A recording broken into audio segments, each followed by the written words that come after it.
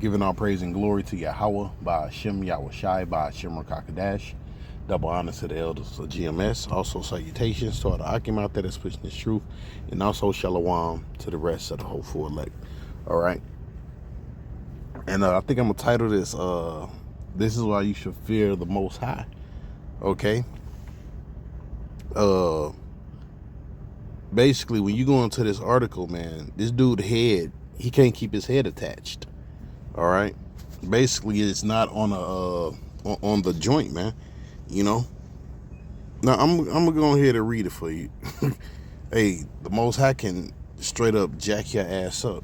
And look, you gotta be wicked for the Lord to have it where your head is falling off, man. You know.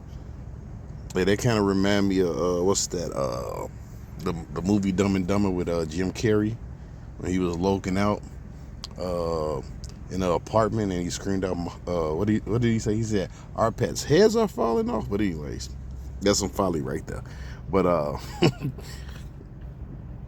let me go ahead and read this. It says, a mountain biker has revealed how he is bedbound with a head that is falling off after being bitten by a tick. See? So the Lord used a little bitty tick just to jack this dude up. Connor Edwards, a 30-year-old man of Staffordshire, UK, recounted the chilling aftermath of a tick bite that has left him battling severe medical complications. While mountain biking 5 years ago, Connor's life took a dark turn after he was bitten by a tick, an insect also found in the U.S. As he suffers gravely from this unusual disorder. So it's showing you, look, the Most High did it, man. You know, jack this dude up like that.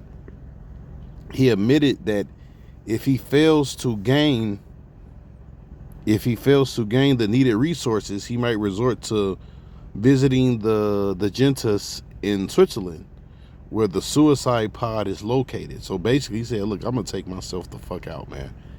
So he put an end to his torment. So he's being tormented, man. He can't keep his neck on the bone, man. It says, Connor provided stark look at his condition. I am literally bedbound, wheelchair bound, with a head that is falling off. God damn. He said, he explained, it is a pick and mix of what I wake up with. But the baseline is all my joints dislocated by my head slides around, and it is impossible to live this way. Impossible. So this damn, man. And I bet he was wicked too, man. Probably was wicked. Probably was doing some wicked shit in them woods when that tick bit him, you know. That's why the Lord is jacking his ass up, man. It says, kind of describe what the life was like before the tick bite and what it's become. Once a typical 25-year-old who enjoyed socializing on weekends and worked as a life insurance salesman, Connor's encounter with depression led him to take some time off. Seeking physical, mental well-being, he began cycling regularly in Canuck Chase. He recalled the incident. One time I got home, had an itch on my right bum cheek. See, on his ass. See, he was doing something else, man. And the Lord got his ass. I didn't think anything of it. And by the next day, it was really sore. So I checked, and I had a tick that was embedded in me. Connor pulled out the tick without much thought, but followed drastically changed his life. Yeah, so basically his neck is off the bone, man. All right. His shit is through. He said, I thought nothing of it. No, jump down. He says, Connor's mental health well-being took a nosedive. He began to feel burning in his hands and feet. He was diagnosed with Ehlers-Danlos syndrome, which impact connective tissue. But Connor's condition worsened, leading to a psychotic episode of dislocating wrists and collapsing knees. His spine unsettling crackles, and Pops led to doctors to suggest a physiotherapy, and Connor's, since it was more serious, exhaustion and bloody stools added to his symptoms. He recounted a particularly, word got me in the chokehold, alarming morning. It was getting worse and worse. Then one day I woke up with a really sore neck, and I did a little stretch and thought nothing of it. So basically, the Lord sent, I don't know. Well, he thought it was a tick, but really it was the Most High, man. Sent something to, take him out, man.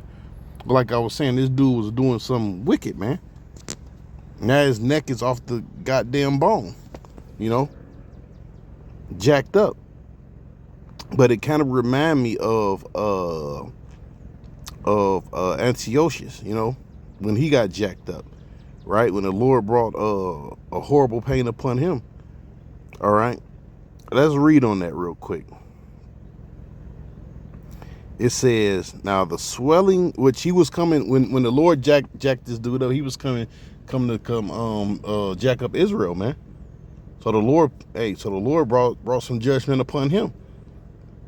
Then it says, then swelling with anger, he thought to avenge upon the Jews the disgrace done unto him by those that made him flee. Therefore commanded his chariot to drive without ceasing, to dispatch the journey. It says, the judgment of Yahawah now following him, for he had spoken proudly in this sort, that he would come to Jerusalem and make it a common burial place of the Jews. But the Lord Almighty, the God of Israel, smote him with the incurable, invisible plague. You see, just like this dude, man. The Lord can plague you with some shit, man. It says, as soon as he had spoken these words, a pain of the bowels was remediless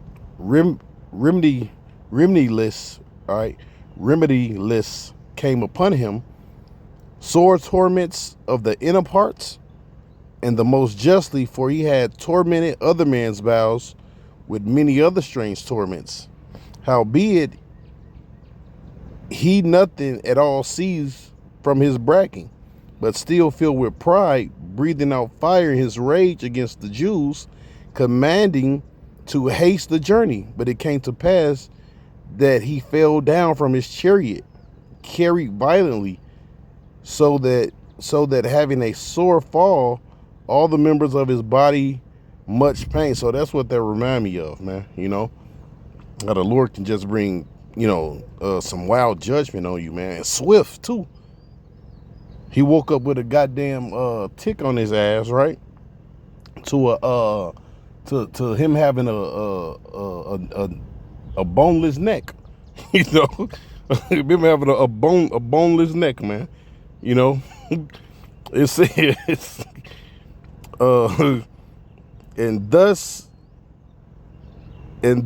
he a little afore thought he might command the waves of the sea, so proud was he beyond the condition of man. The way the high mountains in the balance was now cast on the ground and carried in a horse litter, showing forth all into the manifest power of Yahawah. You see, so that the worms rose up out of the body of this wicked man, while he lived in sorrow and pain. His flesh fell away, and filthiness of his smell was noisome to all his army. Man, see, the Lord brought some. Oof. And the man thought a little afore he could reach the stars of heaven, and no man could endure to carry for his intolerable stink. Here, therefore, being plagued, he began to leave off his great pride and come to the knowledge of himself by the scourge of Yahawah, his pain increasing every moment. So the Lord humbled this devil, man. He brought a sore plague upon him, man. Same thing what this dude is dealing with. I got one more scripture, but I have to bring that out, man. Because the Lord he can just jack you up, man. You can be boneless neck, you know. Let's get right into it. Hold on, Salakia. All right.